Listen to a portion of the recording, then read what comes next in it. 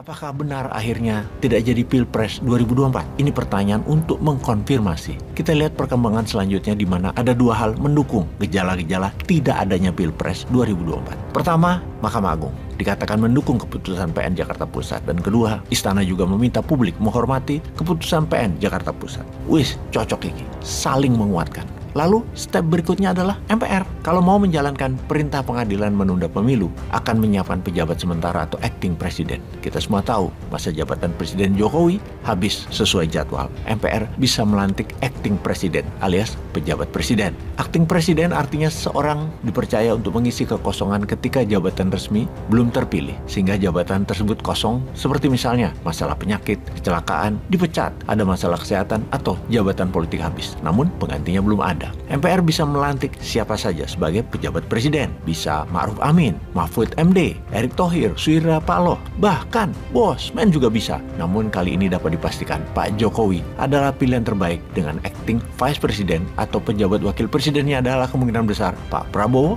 atau Mbak Puan. Untuk hal itu terjadi hanya beberapa langkah saja lagi. Salah satunya penguatan putusan PN Jakarta Pusat di level banding dan di MK di Mahkamah Konstitusi. Setelah mendapatkan lampu hijau dari hal tersebut, maka MPR dan DPR tinggal menjalankannya. Dalam amar putusan melalui undang-undang dan dok selesai. Pilpres Pilkada geser 2027. Ketika 2027 ada perang di Taiwan memanas, maka mengadakan pemilu bisa terjadi. Namun tokoh nasional yang paling cocok untuk menangani semua hal itu hanya satu tokoh, yang lovable, yang darling, yaitu incumbent, yang santun, sederhana, merakyat. Maka undang-undang dasar disesuaikan bisa 3 periode, di mana 2027 hingga 2032 membuat incumbent bisa maju lagi.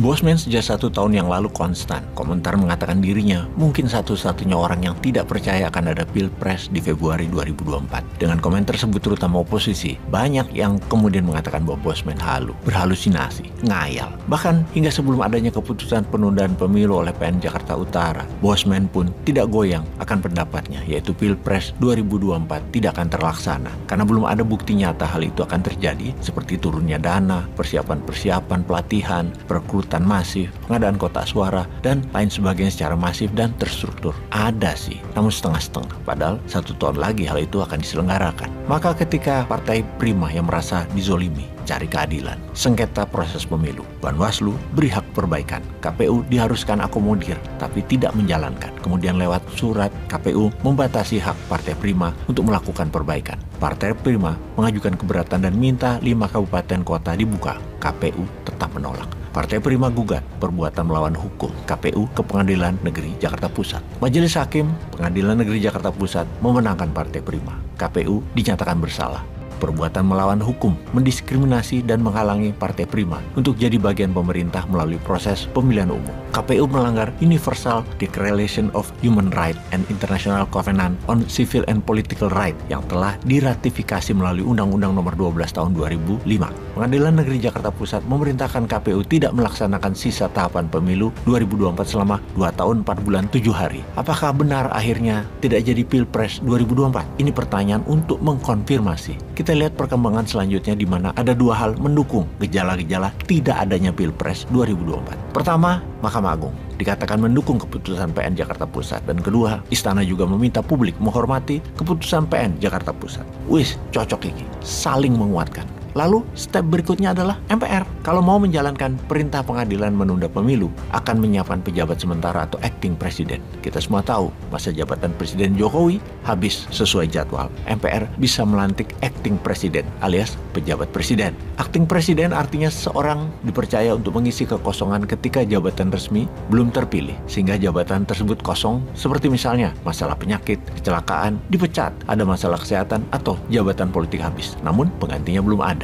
MPR bisa melantik siapa saja sebagai pejabat presiden. Bisa Ma'ruf Amin, Mahfud MD, Erick Thohir, Surya Paloh, bahkan Bosman juga bisa. Namun kali ini dapat dipastikan Pak Jokowi adalah pilihan terbaik dengan acting vice president atau pejabat wakil presidennya adalah kemungkinan besar Pak Prabowo atau Mbak Puan. Dalam ketatanegaraan, tidak ada regulasi yang melarang presiden 2 periode dilantik menjadi acting presiden dan perpanjangan masa tugas anggota dewan. Juga sebagai catatan sejarah, Indonesia, penundaan dan percepatan pemilu bukan barang baru atau hal tabu, apalagi haram. Indonesia pernah menunda pemilu dari tahun 1971 ke 1977, 6 tahun. Dan juga pernah mempercepat pemilu, yaitu di tahun 1997 ke 1999, hanya 2 tahun. Pendukung Jokowi sangat tidak keberatan perpanjangan masa jabatan presiden. Indonesia masih butuh Jokowi, itu komentar mereka. Di tengah perang Rusia, pandemi, kesulitan ekonomi, lalu buang duit 120 triliun buat pemilu adalah sesuatu yang absurd, gak jelas, kata anak gaul. Jadi apa berkah penundaan pemilu bagi pendukung pemerintah?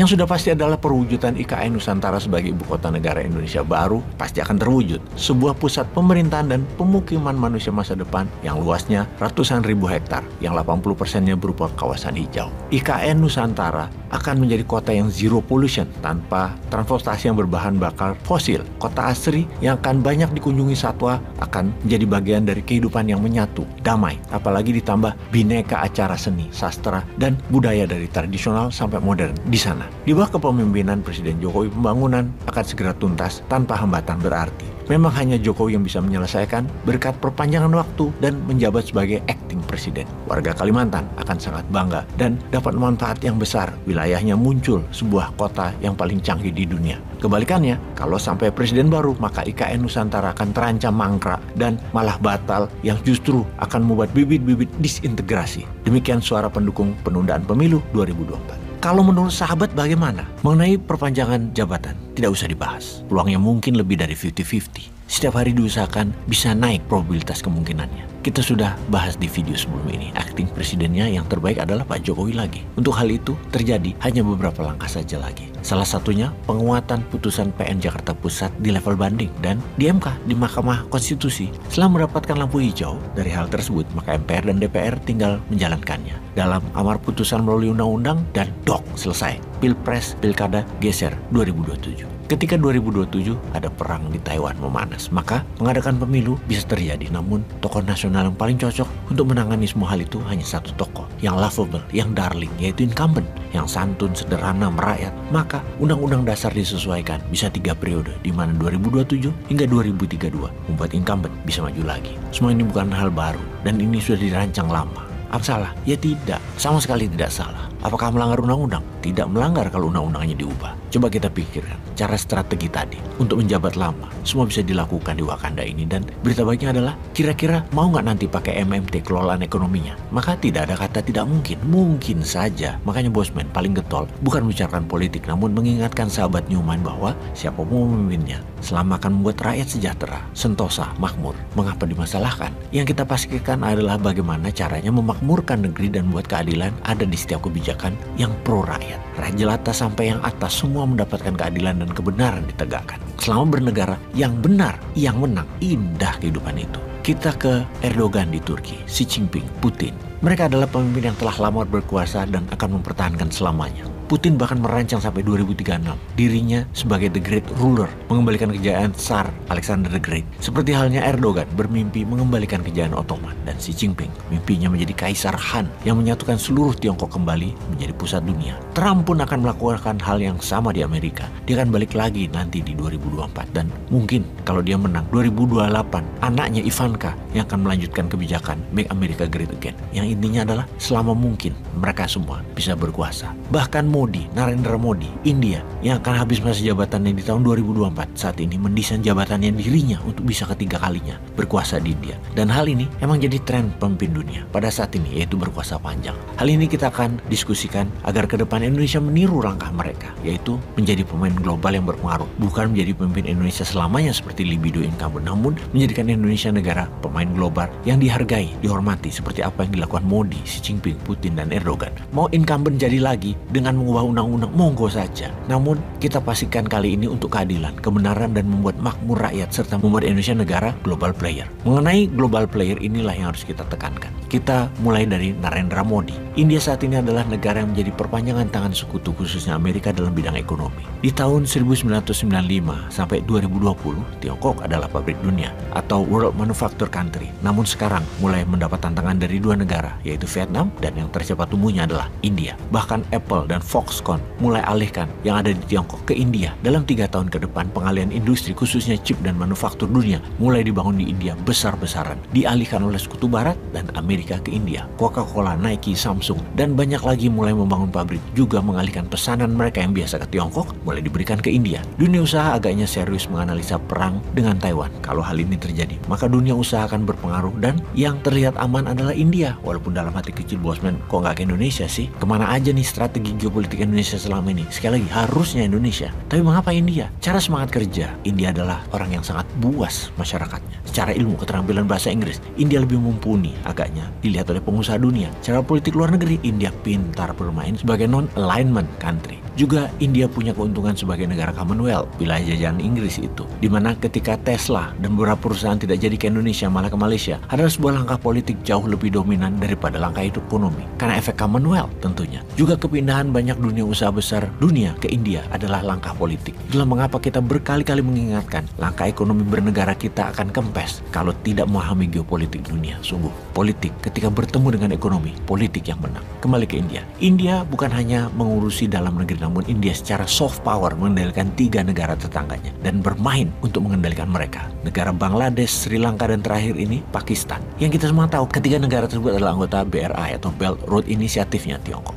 Sekarang India ambil balik dan India saat ini adalah negara pembailout ketiga negara tersebut dari tangan Tiongkok. Kita tahu India adalah negara ekonomi nomor 5 terbaik di dunia setelah Amerika, Tiongkok, Jepang, dan Jerman. India sudah lebih kaya dari Inggris, negara yang menjajah mereka dulu. India memang di abad 17 adalah negara paling kaya di sedunia sebelum diperkosa Inggris, dan sekarang kena karmanya tuh Inggris. Perdana Menterinya turunan India. Kekayaan India sudah nyusul Inggris. Sebagai negara nomor 5 GDP terkayanya, maka manufaktur pindah ke India adalah langkah politik seorang Narendra Modi yang jenius. Bahkan sahabat Modi, pengusaha Gautam Adani, yang baru-baru ini terpukul masalah, di bail out melalui tokoh India lain yaitu Rajiv Jain dengan menyapu semua saham di grup Adani di pasar modal yang membuat harga saham tidak turun lagi. Dibeli dengan harga 1,8 miliar dolar atau 30 triliunan rupiah. Sebuah strategi kelas dunia mengutamakan kekuatan dalam negeri untuk membangun negeri. Bahkan teks amnesti Narendra Modi oleh Ibu Menteri Sri pun ditiru plek Narendra Modi, tapi efeknya tidak seperti Narendra Modi.